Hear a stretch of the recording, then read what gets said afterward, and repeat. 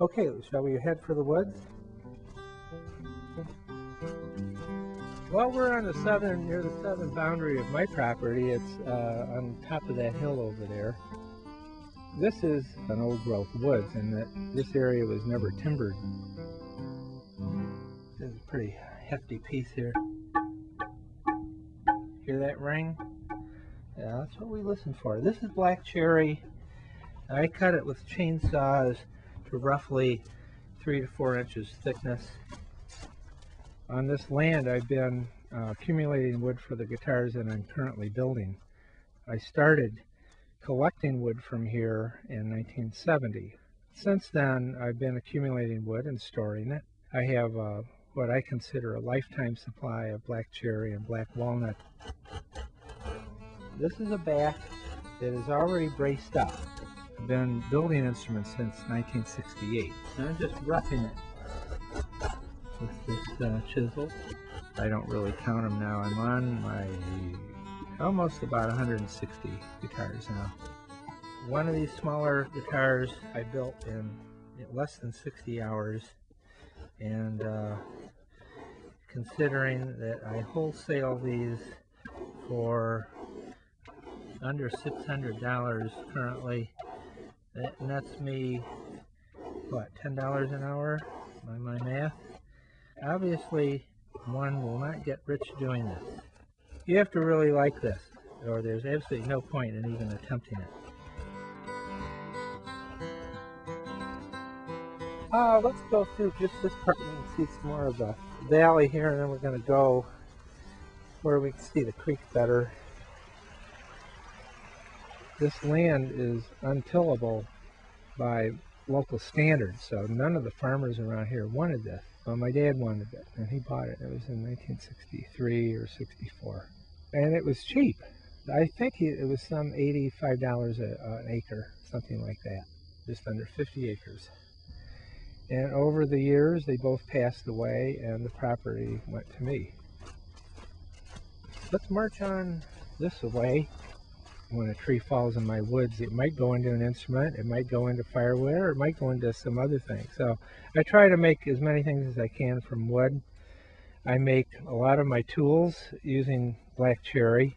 This cabin was built mostly by my father out of aspen logs I helped him drag within 100 yards of here. In 1971, my father and I built a log cabin that was very authentic to the early 1800s. And believe me, that was a pain in the butt. And the building was still there, and I thought, well, maybe I should try to preserve that, and maybe I should try living in it. So this is where I'm currently living until I move into the new home. I have a lot of friends that are musicians that like to come out here, and we'll sit here and drink my beer, because I'm a beer maker. I like homemade type beers. Well, my favorite thing out here is the barred owls. There's a pair of them that will follow me around in the winter. I've grown to appreciate this land to the point where wanting to defend it from anything that would threaten it. Now we're looking down on our right, this part of the valley here. This is absolutely filled with wildflowers in the springtime. So I contacted the Southwestern Michigan Land Conservancy and requested that I was interested in a conservation easement.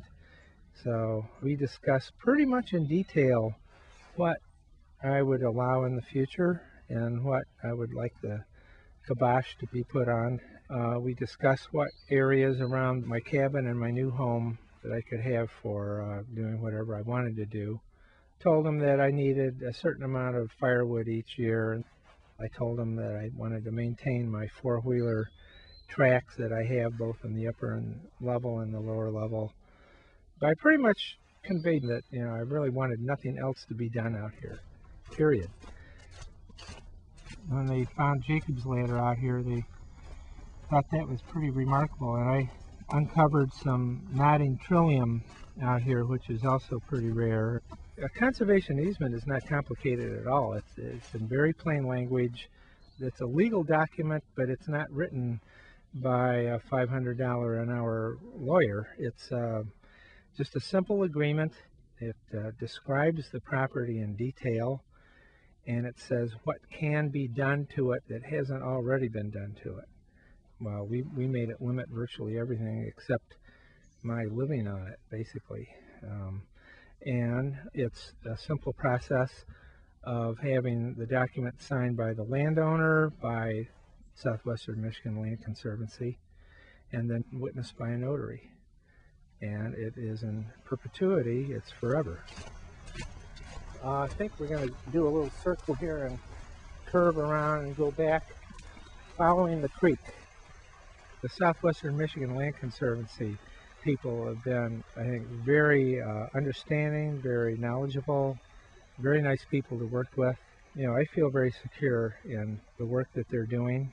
I think that's a very reliable group of people that are doing a lot of good for the ideals that I look forward to seeing, you know, carried out.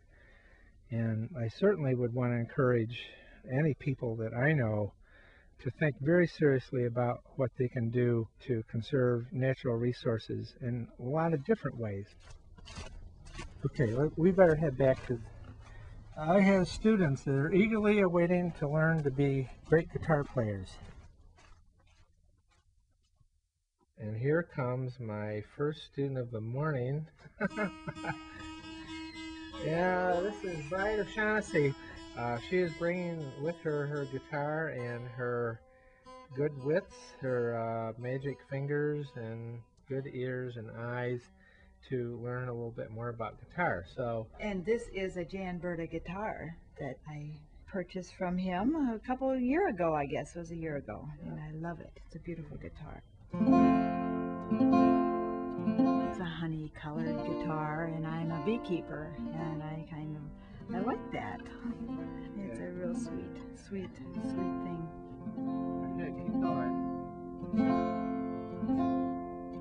I feel really close to the woods and nature when I'm playing this guitar, because I know all the love that went into it.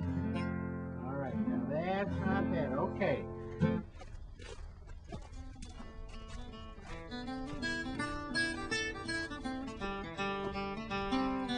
A lot of people want to have easements. They might say, wow, this is going to be great for my grandchildren to come out to, or future generations, or it might be good to preserve this so that we can have it for deer hunting, you know, down the road, or things like that. And I think there's probably a higher level of need for an easement like this, and that is, for example, people tend to forget how important it is for things like a honeybee to have an environment.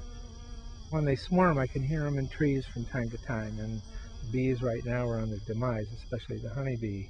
And you have no honeybees, well, you're not going to have any food. I mean, an integral part, absolutely essential for our existence. And so, you know, the need for the conservation easement is now. Actually, the need for this was 100 years ago. But better late than never.